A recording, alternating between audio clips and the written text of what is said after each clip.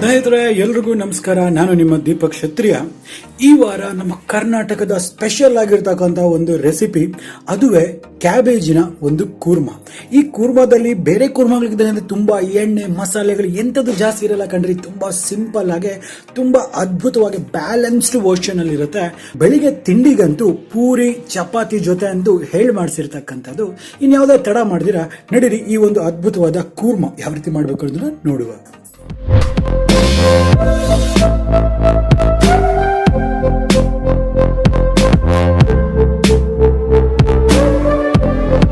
ಈ ಒಂದು ಕೂರ್ಮಾ ಮಾಡಲಿಕ್ಕೆ ನಾನೊಂದು ಮಿಕ್ಸಿ ಜಾರನ್ನ ತಗೊಂಡಿದ್ದೀನಿ.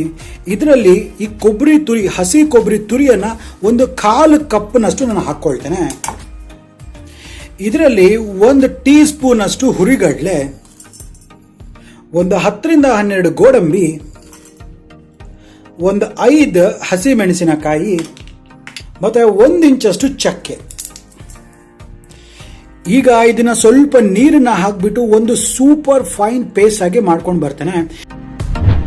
ಸ್ನೇಹಿತರೆ, ನೀವು ಗಮನಿಸ್ತಾ ಇದ್ರೆ ನೋಡಿ, ಈ ಒಂದು ಮಸಾಲೆ ಅಂತಕ್ಕಂಥದ್ದು ಇಷ್ಟು ಫೈನ್ ಆಗಿ ಆಗ್ಬೇಕು. ಸೊ ನೆನಪಿಟ್ಕೊಳ್ಳಿ, ಈ ಮಸಾಲೆ ಅಂತಕ್ಕಂಥದ್ದು ಎಷ್ಟು ಫೈನ್ ಆಗಿ ನೀವು ಅರಿತೀರೋ ಈ ಒಂದು ಕೂರ್ಮಾ ಅಂತಕ್ಕಂಥದ್ದು ಅಷ್ಟು ಚಂದ ಬರುತ್ತೆ. ಸೊ ಈಗ ಈ ಮಸಾಲೆನ ಪಕ್ಕಕ್ಕೆ ಇಟ್ಕೊಳ್ಳುವ. ಇಲ್ಲಿ ಒಂದು ಹೆವಿ ಬಾಟಮ್ ಪ್ಯಾನ್ ಅನ್ನ ಅಥವಾ ಒಂದು ಬಾಣಲೆಯನ್ನ ತಗೊಂಡಿದ್ದೀನಿ. ಇದರಲ್ಲಿ ಒಂದು 2 ರಿಂದ 3 ಟೇಬಲ್ ಸ್ಪೂನ್ ಅಷ್ಟು ಎಣ್ಣೆ. ಸ್ನೇಹಿತರೆ, ಎಣ್ಣೆ ಬಿಸಿ ಆದ ನಂತರ ಇದರಲ್ಲಿ ಒಂದು 1/4 ಟೀ ಸ್ಪೂನ್ ಅಷ್ಟು ಸಾಸಿವೆ, ಒಂದು 1/4 ಟೀ ಸ್ಪೂನ್ ಅಷ್ಟು ಜೀರಿಗೆ, 1 ಎಸಳಷ್ಟು ಕರಿಬೇವಿನ ಸೊಪ್ಪು. ಈ ಕರಿಬೇವಿನ ಸೊಪ್ಪು ಅಂತಕ್ಕಂಥದ್ದು ಎಲ್ಲ ಇದು ಚಿಟಪಟ ಅನ್ನೋದು ನಿಂತೋಗ್ಬಿಡ್ಬೇಕು, ಅಲ್ಲಿವರೆಗೂ ಇದನ್ನ ಫ್ರೈ ಮಾಡುವ. ಈಗ ಇದರಲ್ಲಿ ಒಂದು ಸಣ್ಣಗೆ ಹಚ್ಚಿರ್ತಕ್ಕಂಥ ಈರುಳ್ಳಿಯನ್ನು ಹಾಕೊಳ್ತೇನೆ. ಈಗ ಈರುಳ್ಳಿ ಸ್ವಲ್ಪ ಮೆತ್ತಗಾಗಬೇಕು, ಅಲ್ಲಿವರೆಗೂ ಈರುಳ್ಳಿನ ಬಾಡಿಸುವ.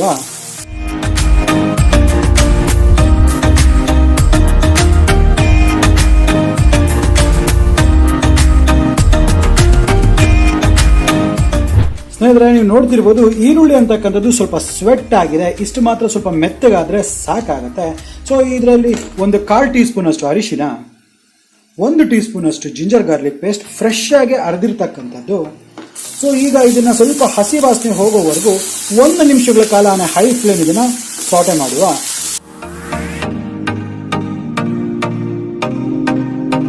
ನೋಡಿ, ಈಗ ಹಸಿ ವಾಸನೆ ಎಲ್ಲ ಹೋಗಿದೆ. ಇದರಲ್ಲಿ ಒಂದು ಸಣ್ಣಕ್ಕೆ ಹಚ್ಚಿರ್ತಕ್ಕಂಥ ಟೊಮೆಟೊ ಸಹ ಅಷ್ಟೇ ಮೆತ್ತಗಾಗೋವರೆಗೂ ಇದನ್ನ ನಾವು ಬಾಡಿಸ್ಬೇಕು. ಈಗ ಟೊಮೆಟೊನ ಸಹ ಮುಚ್ಚಿಬಿಟ್ಟು ಸ್ವಲ್ಪ ಮೆತ್ತಗಾಗೋದಕ್ಕೆ ಬಿಡುವ.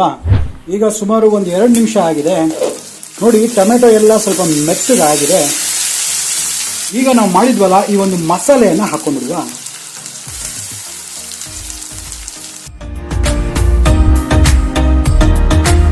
ಈಗ ಈ ಮಸಾಲೆ ಎಲ್ಲ ಸ್ವಲ್ಪ ಫ್ರೈ ಆಗಬೇಕು. ನೆನಪಿರ್ಲಿ, ಲೋ ಫ್ಲೇಮಲ್ಲಿ ಮಾತ್ರ ಈ ಮಸಾಲೆನ ಹುರಿಬೇಕು. ಇಲ್ಲ ಅಂತ ಹೇಳಿದ್ರೆ ಈ ತೆಂಗಿನಕಾಯಿ ಮತ್ತೆ ಗೋಡಂಬಿ ಹಾಕಿರ್ತೀವಲ್ಲ, ತಳ ಹಿಡಿತಕ್ಕಂಥ ಚಾನ್ಸಸ್ ಇರುತ್ತೆ. ಸೊ ಹಾಗಾಗಿ ಇದನ್ನ ಕೈಯಲ್ಲಿ ಮಿಕ್ಸ್ ಮಾಡ್ತಾ ಇದನ್ನ ಚೆನ್ನಾಗಿ ಫ್ರೈ ಮಾಡುವ.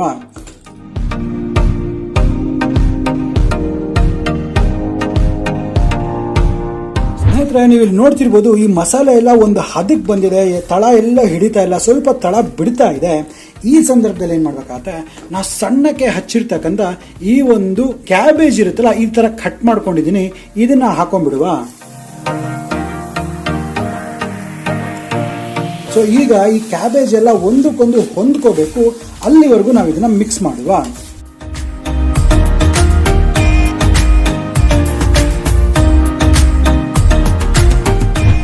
ಈಗ ಇದರಲ್ಲಿ ಸ್ವಲ್ಪ ಉಪ್ಪನ್ನ ಹಾಕೊಳ್ತೇನೆ, ರುಚಿಗೆ ತಕ್ಕಷ್ಟು ಉಪ್ಪು. ಈಗ ಮತ್ತೊಮ್ಮೆ ಇದನ್ನ ಕ್ಲೀನಾಗಿ ಮಿಕ್ಸ್ ಮಾಡ್ಕೊಳ್ತೇನೆ. ಬಟ್ ನೆನಪಿರ್ಲಿ, ಈಗ ಈ ಎಲೆ ಕೋಸು ಅಂತಕ್ಕಂಥದ್ದು ಏನಿದೆ ಅಲ್ಲ, ಇದು ಕ್ಲೀನಾಗಿ ಬೇಯಬೇಕು. ಅದು ಬೇಯಬೇಕಂದ್ರೆ ಸ್ವಲ್ಪ ಟೈಮ್ ಬೇಕಲ್ಲ. ಸೊ ಹಾಗಾಗಿ ಸ್ವಲ್ಪ ನೀರನ್ನ ನಾನು ಹಾಕೊಳ್ತೇನೆ.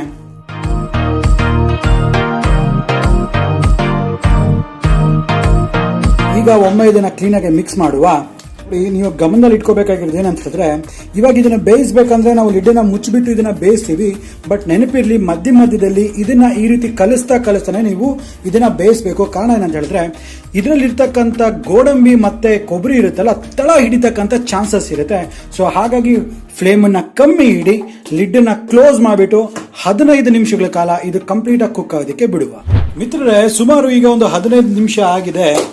ನೋಡಿ ಈಗ ಇದು ಪರ್ಫೆಕ್ಟ್ ಹೆಂಗೆ ಕಾಣಿಸ್ತಾ ನೋಡಿ. ಇಷ್ಟು ಒಂದು ಕನ್ಸಿಸ್ಟೆನ್ಸಿ ನಮಗೆ ಬೇಕೇ ಬೇಕು. ಯಾಕಂತ ಹೇಳಿದ್ರೆ ಇದು ತಣ್ಣಗಾದ್ರೆ ಇನ್ ಸ್ವಲ್ಪ ಗಟ್ಟಿ ಬರುತ್ತೆ.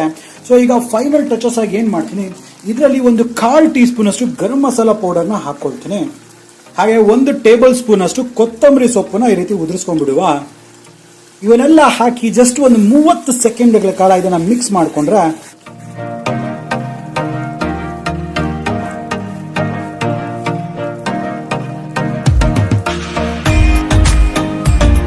ತುಂಬಾ ಈಸಿಯಾಗಿ ತುಂಬಾ ಸುಲಭವಾಗಿ ಮಾಡ್ತಕ್ಕಂಥ ಈ ಒಂದು ಕ್ಯಾಬೇಜಿನ ಒಂದು ಕೂರ್ಮಾ ರೆಡಿ. ಬಾ ಬಾ ಬಾ ಬಾ ಏನ್ ಕ್ಲಾಸ್ ಆಗಿದೆ ನೋಡ್ರಿ, ಎಷ್ಟು ಸಖತ್ತಾಗಿದೆ. ಆ ಫ್ಲೇವರ್, ಆ ಘಮ ಇರುತ್ತಲ್ಲ, ಅದ್ಭುತವಾಗಿ ಬರ್ತಾ ಇದೆ, ಒಳ್ಳೆ ಪರಿಮಳ. ಈ ಒಂದು ಕೂರ್ಮಾ ಏನಿದೆ ಗೊತ್ತಾ, ಇದು ತುಂಬಾ ಸ್ಪೈಸಿ ಇರೋದಿಲ್ಲ, ಅಂದ್ರೆ ತುಂಬಾ ಖಾರ ಇರೋದಿಲ್ಲ. ಆದ್ರೆ ಪೂರಿ ಮತ್ತೆ ಚಪಾತಿ ಜೊತೆಗಂತೂ ಅದ್ಭುತವಾದ ಕಾಂಬಿನೇಷನ್.